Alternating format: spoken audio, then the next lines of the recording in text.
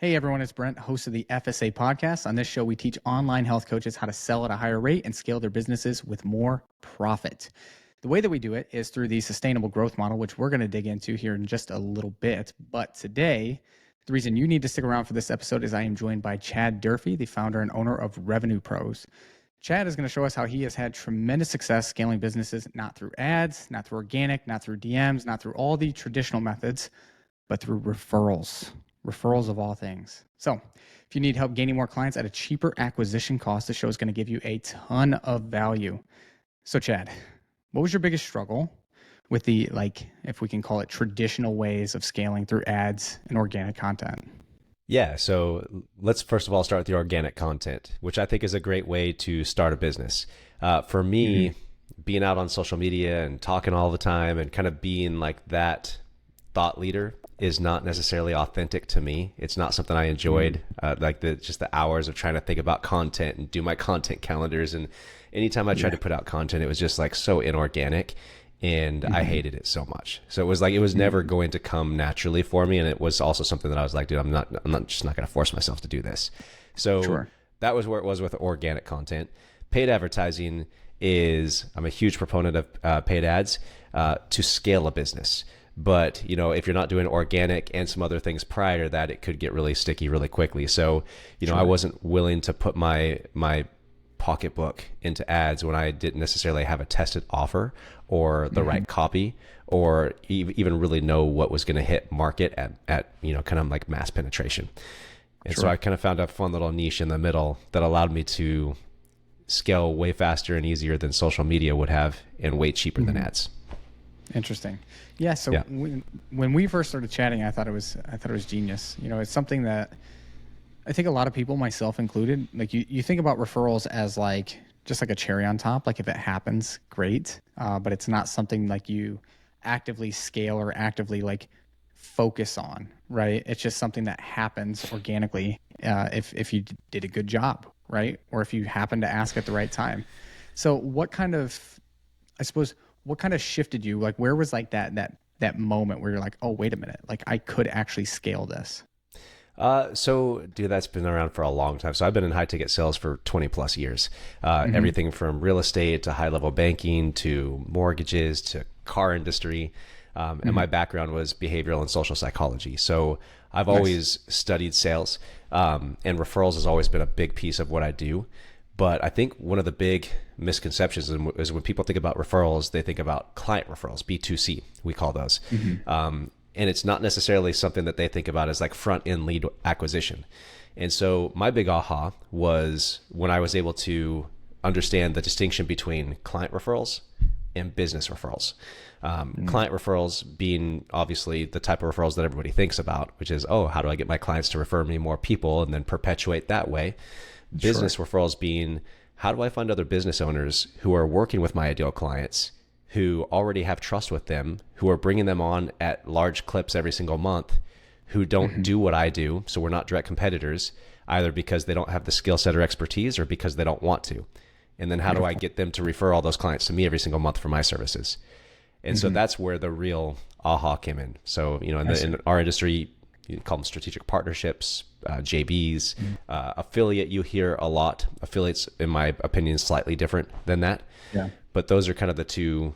In the middle, it's a $6 trillion space. Referrals and strategic partnerships that people are just completely unaware of. Yeah, it's a big space. It's a big space, right? Anybody that's seen the Dorito taco at Taco Bell, I mean, that's a strategic partnership between the Yum brands and Frito-Lay, right? Or you've got GoPro and Red Bull, right? Or you've got Chevy and Disney, that got that badass Chevy ride at Disney World where you can build your own car and then you get to go on the ride inside the car that you pre-built while you were standing in line. Chevy paid for Disney. What's an example let's think, because it's a lot of online health coaches, whether that be mindset, lifestyle, relationships, fitness coaches. That seems to be the people that we are able to help the most. So give me an example of just something like that. Easy. Like a coach like that. What would a strategic partnership look like? Easy. All we're doing is we're taking the same fundamentals that these Fortune 500 companies are using, and we're bringing them down to high ticket fit pros. So imagine yourself being a high ticket fitness professional and you find a physical therapist who is bringing in clients every single month, but they don't have a fit pro that they refer them to, or a chiropractor, or a wedding planner who has somebody that is paying them to plan their wedding, and they're referring you that person to get in shape for their wedding, right? Like, and they refer you every single client that they have because they make maybe a back end commission. And also you got a bride who is trying to get in the best shape of her life. She has money because she can afford a wedding planner. There's time urgency because she has a wedding coming up in 3, 6, 12 months, whatever that is. And there's massive motivation because she's trying to look the best she's ever looked in her life, right? So those are examples of strategic partnerships with fitness professionals. It could be divorce attorneys, right? A lot of my men fit pros, I help them find divorce attorneys who are working with men who have to get back in the dating game, and they're like 40 pounds overweight. And now they're like, what am I going to do?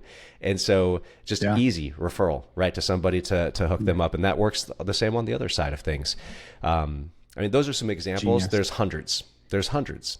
Other one, most of the time there are men fit pros who only focus on men, and there are women fit pros who only focus on women. Well, what if you found one of each and you partnered up with them?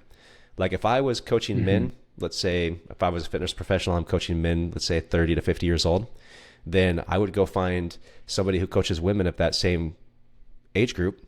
And I would say, hey, listen, any of your women that are coming in, if you want to on onboarding, I'm going to gift them 30 days of my program for free. And if any of them end up enrolling in my stuff, I'm also going to pay you X amount on the back end. So I'm going to help you get a revenue source that you don't currently have because you're not doing anything with those husbands and boyfriends. And then number two, I'm going to give you an add-on that you can give in your onboarding call that engages reciprocity and already makes that client love you that much more from the beginning. And so it's a value add to them, both on the front and back end. So it's stuff like that most people aren't thinking about. But if I do that, that woman fit pro, guess what she's doing every day? She's doing her social media. She's got her content calendar. Maybe she's paying for ads, and she's got all the other things that I don't want to do that she's using to bring in her clients and then funnel them right directly to me. And I don't have to do any of that stuff. That's magic. It's magic, my friend. What, like, is on that topic, what percentage, like from a breakdown perspective, let's say I'm an online coach, or let's just use my business, for example. Now we are heavily referral based, but we run ads. We do the organic content. We do all the organic stuff, but, and we can get into that, but you know, like this award here, that's all referrals. 99%. What do you think is like a healthy breakdown if you had to break it into 3 categories percentage wise, from like ads, organic, and referrals?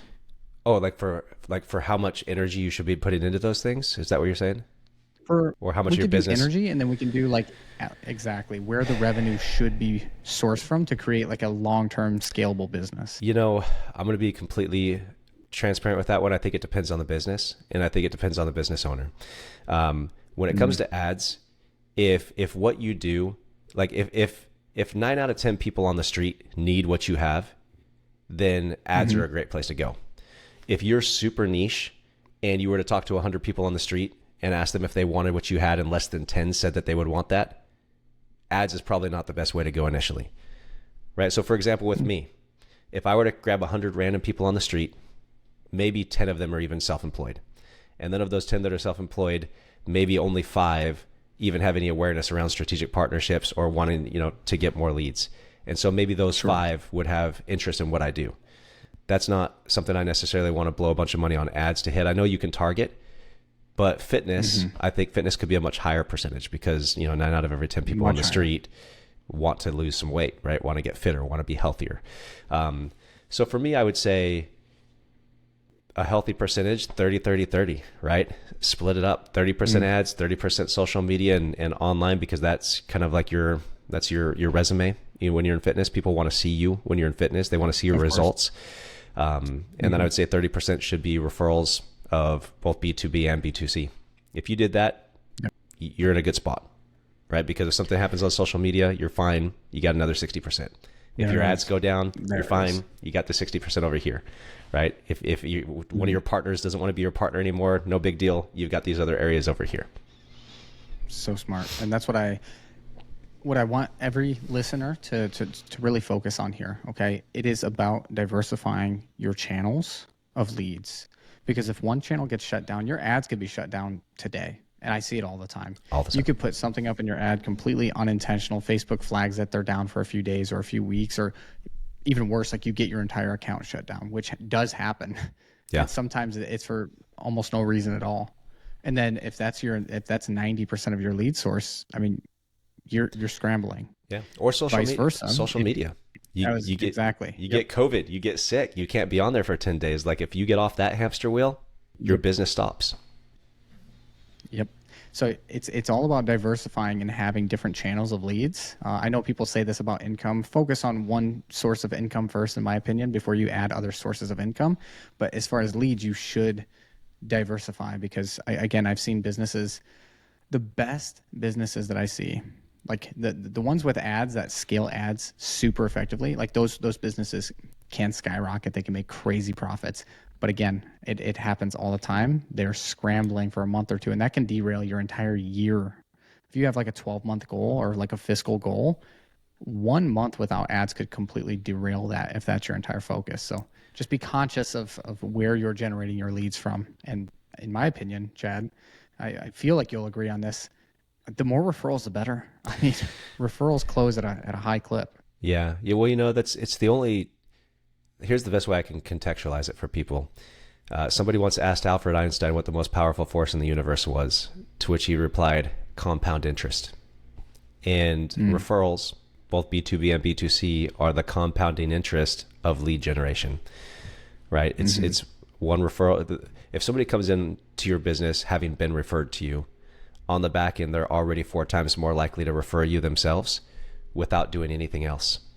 And then if you can put a strategy in place that's simple and duplicatable, then, that's going to perpetuate. 1 client becomes 2, 2 become 3, 3 become 5 maybe, right? And so it doesn't necessarily perpetuate linearly, but it perpetuates nonetheless. Yeah. Yeah. I mean, again, I feel like I'm like a living testimony of that. My content, Chad, when I started Closers for Fitness, it was all reputation based. It was just doing a good job, networking, reaching out to, to people, asking if they had friends that would benefit from X, Y, and Z that we did. We tried ads early on before we had like a proven organic posting model. Yeah. They flopped. I spent tens of thousands in ads.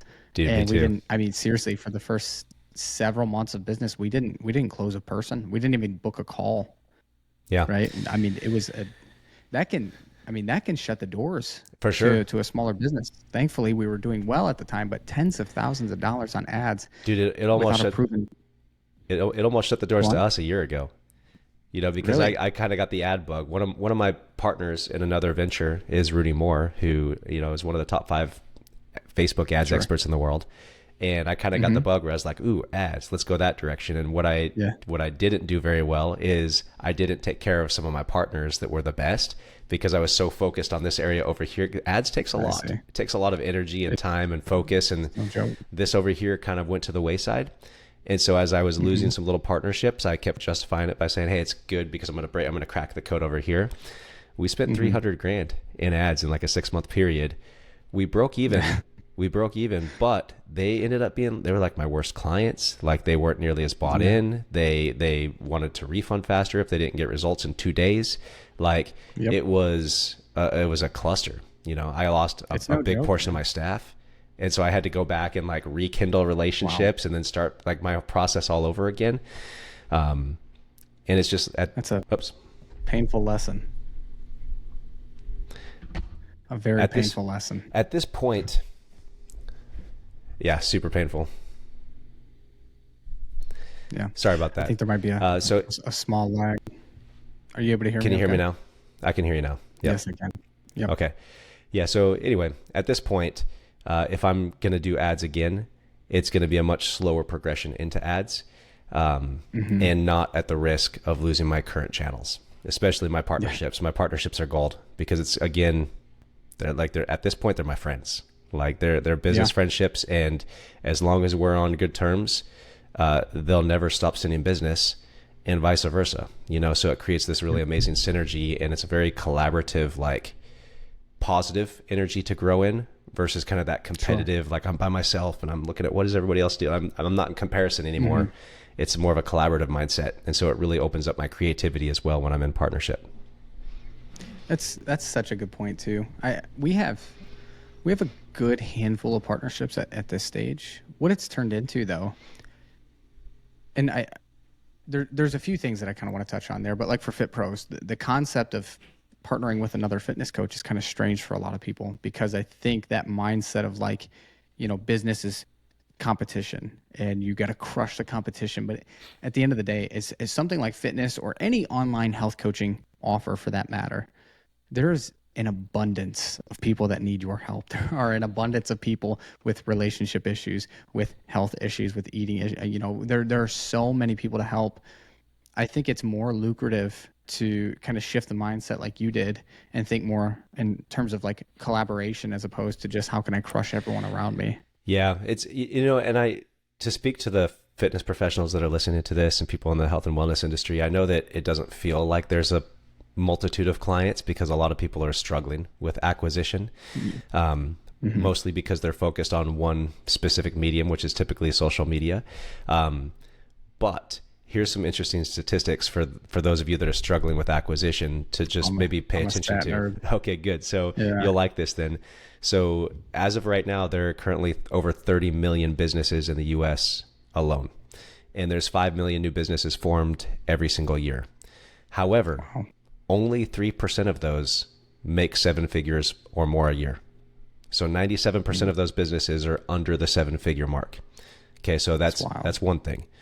The businesses that are over the 7-figure mark, that 3%, the percentage of them that are using strategic partnerships and kind of that collaborative B2B referral mentality, over 80%. Wow. The businesses that are making less than $1 million, the majority, the 97%, less than 7% of them use strategic partnerships. And so there's something to be said for the dollar amount, because making less than that 7-figure mark, it sometimes can be feast or famine. And so no offense to people on the podcast that are under that 7-figure mark, because you're in a good 97% of other businesses are, but it tends to be a little bit more of a survival mindset, a little bit more of a scarcity mentality. And when you're in a scarcity mentality, that prompts competition and comparison versus collaboration.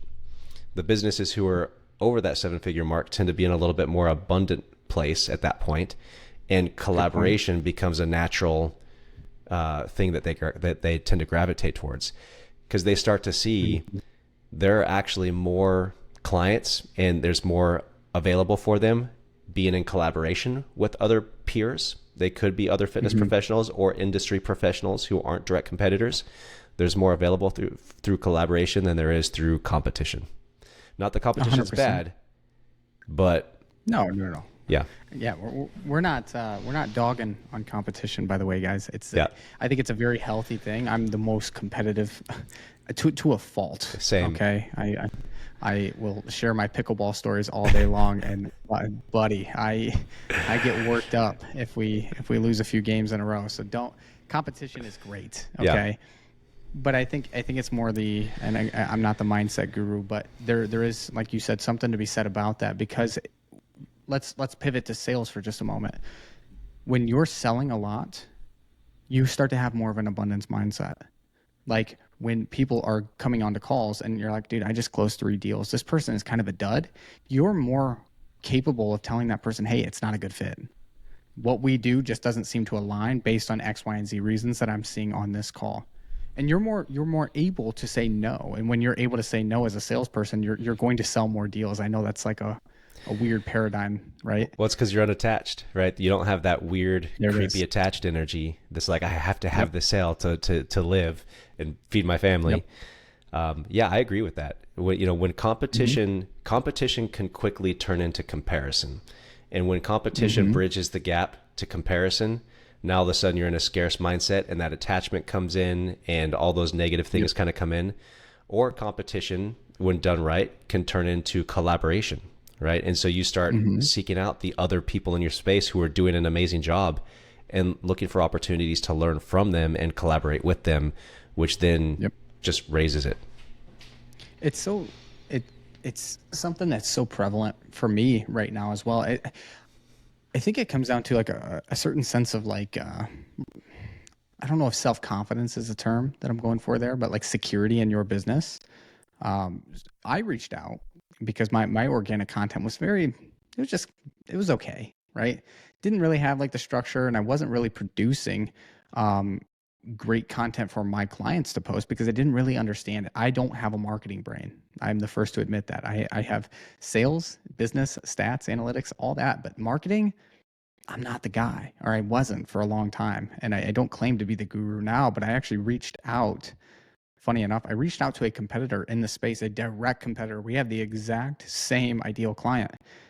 I reached out and I was like, hey, dude, would you want to, work together on this? I gave him a good chunk of change. He coached me, taught me a whole bunch. And it's like, he had enough security in his business and confidence to be like, hey, I'm going to bring on a competitor and teach him everything I know. I, kind of pushed the ego to the side and reached out to him for help. And it worked out. It worked out really well, actually.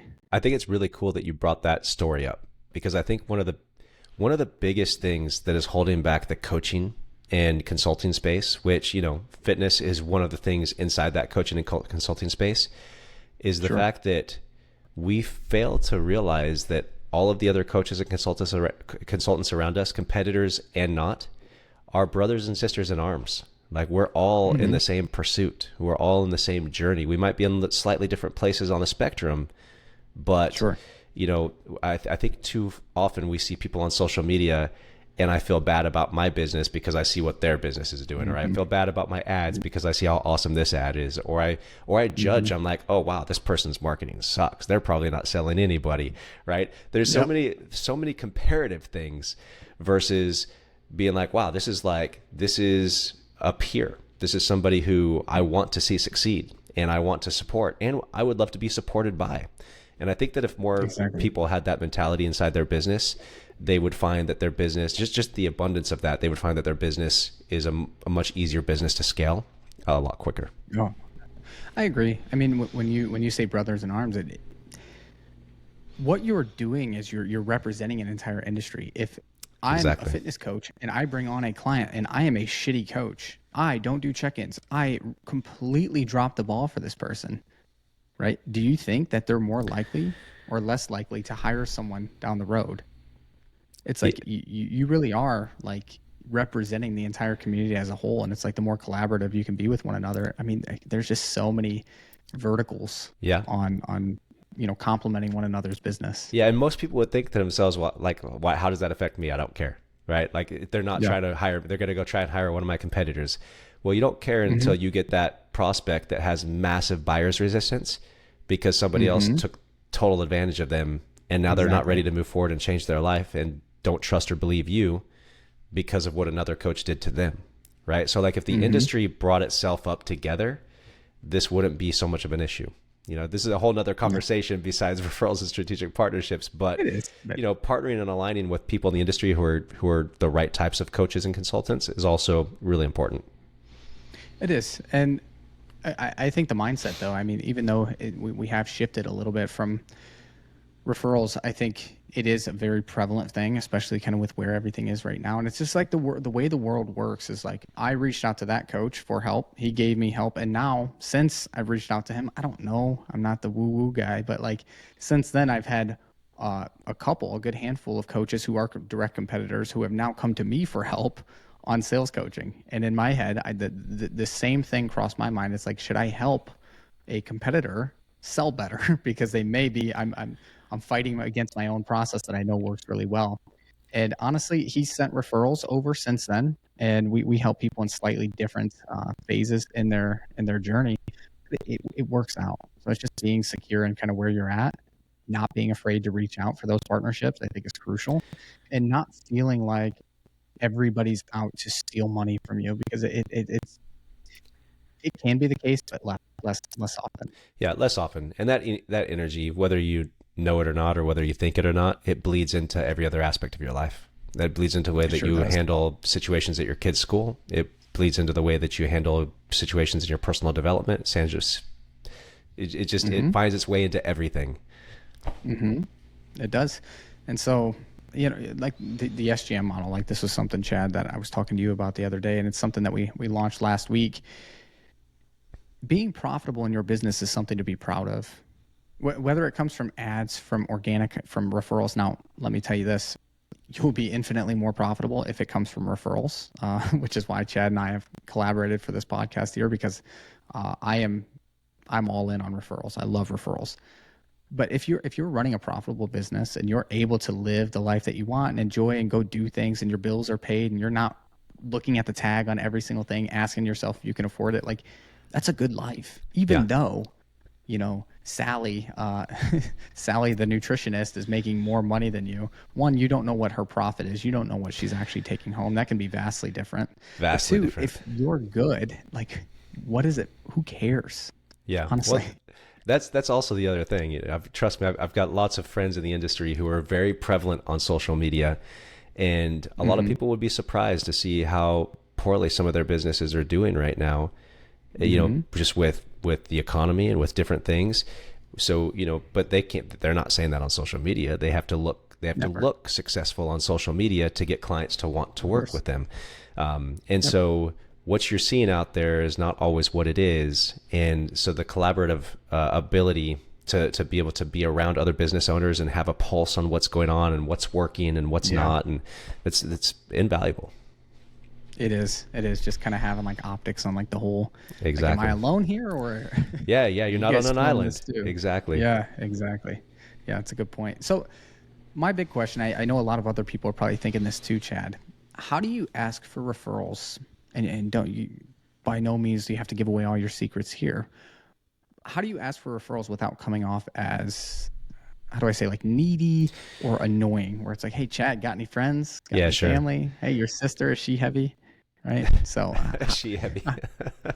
Yeah. How do you come off with good intention there? So there's a process for it. But the foundation, there's 3 pillars. I call them priming, timing, reminding. So first and foremost, there needs to be a warm up. So you don't want to come out and just ask for referrals. I know that a lot of people in the industry and a lot of business coaches will say, hey, when somebody's having success or they've lost weight, that's the time to ask for a referral. It's actually not. Because what it does is that it actually devalues their success, and it makes them almost feel like they want something from you, and you're not necessarily celebrating with them authentically. Interesting. And so the best way to ask for referrals is to start by explaining how you handle referrals and how to refer you during your onboarding process. So your very first experience with them inside your program should be explaining how referrals work, how valuable they are, how to do it, really just teaching them the process of it, and then helping them, know what it looks like and who should be a good fit, but then not actually asking them, right? So that's number one. So I'll go right to the point of asking them on the onboarding call. I'll explain the whole process to the point that they probably think I'm going to ask for a referral.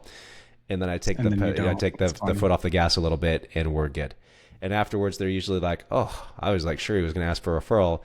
Well, that feels good. Like that, it was so transparent, but there was no pressure. And then down the, but I'll incentivize it. Like, here's another good stat. Well, I don't want to make it a stat because it changes a lot, but if your client doesn't make a referral, they don't take the action of introducing somebody to you in the first 30 days of their experience with you, the probability that they ever will drastically decreases. And so the goal is to get them to take the action of making an introduction at some point in the first 30 days. Doesn't matter whether that person signs up or not. They just need to take the action. And just by doing that, it increases the probability that they will continue doing it. And so, usually what I do is during onboarding, I'll explain how to do it. But then I'll usually incentivize it a little bit by saying, hey, here's usually what I do for referrals. But if you make your first introduction in the first 30 days, regardless of whether they enroll or not, here's what you're going to get, for referrals. And here's what they're going to get as well. Right. So a little bit of urgency goes a long way in adding that element of pressure without actually pressuring them. Sure. Yeah. And then what I want you guys to notice is what they're going to get.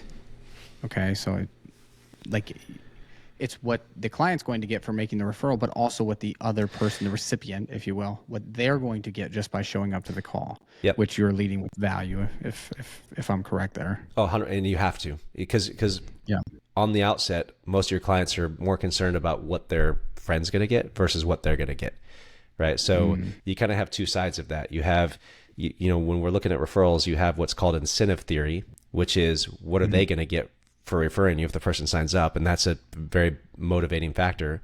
But then you also have the other side, which is social capital, which is referring you going to increase their value in their circle, right? And so, besides the will to survive in human beings, the next deepest human motivator is the will to matter, to be important, to feel important, right? That's most of the things we do, is the cars we drive, the clothes we wear, the way we present ourselves in public, the way we present ourselves on social media, makes us feel and look important, which is intrinsic motivation to continue doing that thing. And so if they know that by referring you, you're actually going to go about it in a way that increases their value, then they're much more likely to do it, even before they've gotten a result with you, even before they lose that 5 pounds or that 10 pounds or get the final result. Wow. Yeah.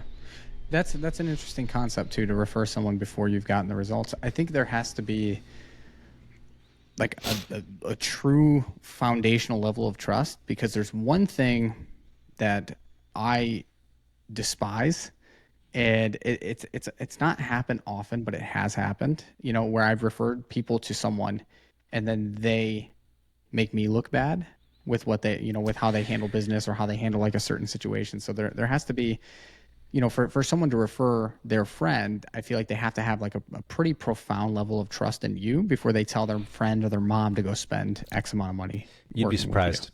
You'd be surprised. It's actually not the case. Yeah, there's no statistical correlation between people getting results and referring more, or referring more because of the incentive theory or the social capital. I think on the outset it feels that way. So if somebody takes advantage of or creates a bad experience for somebody you've referred, you're probably not going to refer that person again. But you can refer somebody else before you've worked with them, gotten a result with them. What it really comes down to is, what is the value that you're leading with? What's the carrot? I like to call it a carrot. So, for example, with me, with my partners and people in the industry, I literally give all my stuff for free. I give it away. And that's enough value that even if the person doesn't work with me, they're going to be able to walk away with a ton of really impactful things for their business if they want to dig into it. And so it takes away the risk of having to like have that built relationship or trust or experience. And so the shinier the carrot and the more impactful the carrot, the quicker and easier it's going to get people to refer you without even having to have a result. That's, I didn't think about that. This is a conversation we had the other day. We used to give our script, a version of our script. It wasn't like our full inner circle script, but it was a pretty decent script that we would just give away for free. We ran ads to it, use it as a lead magnet. And at the beginning, like I told you, like ads, it didn't really work out because I didn't have the status quite yet. So like people were taking a random guy's script that they got from an ad. They were closing deals from it. Like I remember I have screenshots, like a folder of screenshots of like random people from ads. Like, hey dude, just close a deal with that script in 30 minutes, 4K PIF, overcame this objective. Like we were getting all, but nobody was buying. Yeah. Nobody was buying. And I was like, man, I just dropped the ball. I just gave away way too much. They all have, they don't have all the secrets, but they have enough to close deals. I was like, I blew it. You know what I mean? But now, over a year later, people are coming back. Like we just signed someone up who got our original script like almost like a year and a half ago, who just signed up to work with us. And we've gotten referrals from people too that way. So it's funny.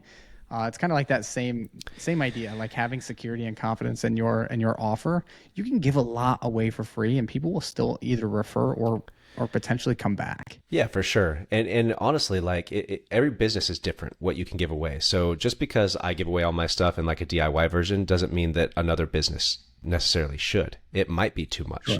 And so that's one of the, when it comes to building out those offers and those referral programs and both B2B and B2C, there's a lot of strategy that goes into, what is your business structure? Who's your avatar? What are your margins? Do you have other levels? Do you do renewals? Do you have an ascension model?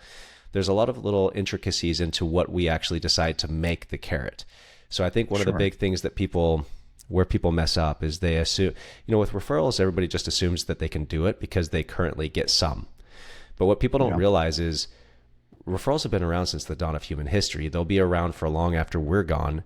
they're such a powerful lead source that it happens in your business without even having to put any time, intention, or energy into it. Imagine what it would look like. Like if you're already getting some referrals, imagine what it would look like if you actually spent some time and intention on creating a systematic, very strategic approach to it. You could probably 5-10x that. But we just assume because we're already getting them that we know what we're doing with referrals, versus it's going to happen in spite of us because it's so powerful. So, but most people don't realize, like, they're just like, they've got the faucet on trickle. Like they haven't learned how to turn it all the way on. And so that's one of the big misconceptions. So they'll take, what they think is a good strategy and use it, and they might get a little bit of results, but it's never quite going to open it up. And so I would say, for anybody listening to this, you definitely have to give something away on the front end to the prospect that has a very, very high perception of value. It doesn't necessarily have to be the most valuable thing you have. It doesn't necessarily have to be everything you have. It just has to have a really high perception of value, which means that the prospect, that's something that in their mind, they're like, I need that. And then that is going to create, because referrals are two-sided, both business and client referrals. It's one thing to get your client to refer somebody to you. It's another thing to get that prospect who's being referred to want to engage with you. It's a whole nother side that people aren't thinking about. They're like, just send people to me. It's like, okay, good. I could send 20 people to you right now, but are they going to do they have any desire in even talking to you? Probably not. Yep. Unless what you're giving them makes them say, I need that. That's worth my conversation. If you're missing that aspect, referrals just won't work. I mean, before I really had like a concept of a proper way. And again, I was on like that trickle for like a while. You'll just have a lot of group messages that die. Yeah. You'll have a lot of introductions where the person either leaves you on red or doesn't respond, or it's just like an awkward thing. And they're just like, hey bro, why'd you refer that person to me? Right. Yeah. Well, there has to be like a level of interest. And in their mind, they think they're doing what's right. Like the client thinks they're doing what they're supposed to be doing by referring you. They think that you want that. And so they're doing it because they like you. A lot of the times, like when you have that trickle turned on, they're referring people because they're having results. They're like you. They're bought in. They're engaged. But most people haven't taught them who they should be referring, how to refer, what to say, and then made it easy for them to make those introductions. If you haven't done that, you're going to get a lot of those types of referrals. Right. Oh yeah. And the client thinks they did exactly what they were supposed to do. So you can't fault them for it and be like, hey, why did you refer this person, or make them wrong for it? They just did what they thought they were supposed to do. So because nobody's ever taught them. Yeah. I know it makes perfect sense. Now, Chad, where can people find you on socials? And I'll have all the links, but just like where are you most active to where they can get some of this? Not on social at all. So remember what I said about being inauthentic on social at the beginning? I'm private. Yeah. If you want to follow me, you can follow me, but there's no business stuff on there. It's just personal stuff. Can you guys believe? Let's just take a moment. What the hell? Right. That is just wild to me. So good for you, man. Yeah. No, you're telling me you're not posting on your stories every day or DMing 100 people or wow. Zero. If you pull up my Insta or Facebook right now, it's like there's nothing. There's maybe some personal stuff on there, but nothing business related. Because again, you're speaking to my soul. Yeah, I think I'm speaking to a lot of people that maybe don't want to admit it. And I'm not saying that you need to do that, right? So should I have my stuff out there? I could probably be more successful if I did. It's just not authentic to me at this stage of my life. Doesn't mean it won't be in the future. It's just not right now. But yeah, if you want to follow my private stuff, you can. It's just Chad Durfee. There's probably more on LinkedIn. What I'll do is, anybody who's listening to this, if I'm assuming, do you have show notes? Yeah. So there'll be a spot at the bottom they can click on. So I'll just give my 15-minute VIP link. I'll put it down there. Anybody who's listening that wants it, just jump on there real quick. I'll hook you up with all my DIY stuff for free. And so I want to jump on a call with you because if I just give it to you, it's going to fire hose you a little bit. And everybody, even in fitness, everybody's business is a little bit different. So there's a few questions I would want to ask so I could tell you how to best consume it. But I'll make sure to have that link down below. Yep. That's beautiful.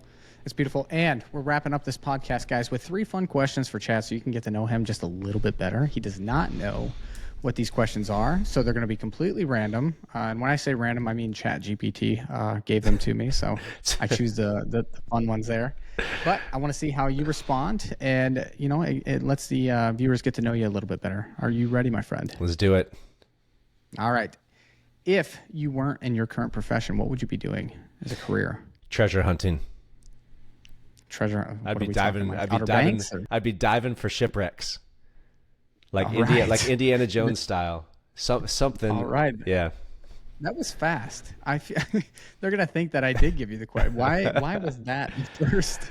Dude, I don't. Well, that's a kind of a long story, but I'm getting my scuba license right now because I've got a good friend in a mastermind who's 75. That he's one of the top 3 treasure hunters of all time. So you guys maybe seen those Discovery shows of all the massive ships that have $10 million of equipment that are. So there's a 1700 shipwreck that they just found that's a gold laden ship that he's invited me to go dive on. So I'm like, this is a childhood dream. So I'll have my scuba license in the next 2 weeks so I don't miss out on that. Please. No, it's only 50 feet deep. It's like off the coast of Sarasota, and it's only 50 feet down. So no implosions, please. Yeah, right. I don't know why I was thinking about that at the gym today. I was like chest pressing. I'm like, dude, that submarine just exploded. I don't know. Dude, I don't know why that came to my head, but that's hilarious. Okay. So treasure hunter. I'd be Indiana Jones. Indiana Durfee. There it is, guys. I've got 2 more. My ultimate career, guys. I would mow lawns. I love it, man. Traveling full time, I don't get to mow any lawns. There's nothing better than being on a 0 turn with a headset on, just mowing a nice big lawn. That's all I want to do with my life. So I can picture not it. Quite as cool as treasure hunting, but that's where I see myself. Hopefully in the next 10 years, just retired mowing lawns. It's awesome. All right, zombie apocalypse. Zombie apocalypse is here. Which 3 fictional characters would you want alongside you? Oh, I get to choose 3? Oh, okay. 3 people. 3 people. Yeah, 3 people. Any avenue. Okay, I'm going to take Longhorn Foghorn. I think that's the guy's name. Oh, if you don't know who it is, look it up. He's like the big rooster. He's hilarious. Okay. All right. So Longhorn Foghorn. I think that's what it is. Just because he's like super buff and he's hilarious. All right. Yeah, I'd take him. I would probably take. I'd have to take. Was it Laura Croft, the Tomb Raider? Oh, there you go. That's a good one. That's a really good one. It's like Bear Grylls, right? It's kind of like, but it's fictional. Like somebody that can survive and like tell me what berries I can eat and like where I can make shelter and can make me a fire. Brilliant. Okay. All right. So we have So we got Longhorn Foghorn. Yeah, Longhorn Foghorn. And then we got Laura Croft. And then the third one would have to be. I'm gonna have to take Cyclops. I'm gonna have to take Cyclops. I know who this is. Did you look it up? Your rooster. Yeah. Put a picture of it. Okay. I just need what some cartoon is that from? Dude, I don't even know. I was a kid. I just need some comic hysterical. relief, right? Like you got a zombie apocalypse, you need some laughter in there. Yeah. No, I get that. All right. Yeah, Cyclops from the X-Men. Like, how is a zombie ever gonna get close when you can literally like just cut off zombie heads? Yeah. Genius, dude. Genius. Those are my 3. All right. I think you're gonna make it quite a while. Last but not least, this one's my favorite.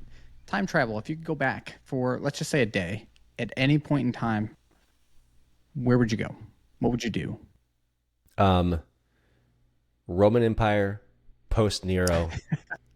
All right. I'd say like Constantine era of the Roman Empire, like the heyday. Specific. The heyday. All right. Yeah. Wow. All right. Some grapes, a Roman bath, a nice shower with that aqueduct system. Yeah. Oh, God bless it. The fresh water. Are you kidding me? It's like, how often do you think about the Roman Empire? I would want to see dinosaurs. I just want to plop me down wherever the dinosaurs were. I just want to sit with some binoculars and just watch dinosaurs. I mean, I guess that makes sense. I'm trying to stay at the top of the food chain. That's why I was like the Roman Empire versus like some barbarian tribe in that era. Yeah. No, that's a good point. But well, dinosaurs are cool. Yeah, dinosaurs are pretty cool, my friend. So, guys, I hope this was helpful. There was a ton of value there. I learned stuff along the way. So, Chad, I appreciate you hopping on, man. Thanks, I'll Brent. put all your links right down at the bottom of this, so you guys just scroll down, and you guys will be able to connect with him, book a chat. Like he said, you'll get a bunch of free stuff, so you can't lose. Yeah. Okay? All right, guys. I hope you guys all have a wonderful day. We'll see you guys later.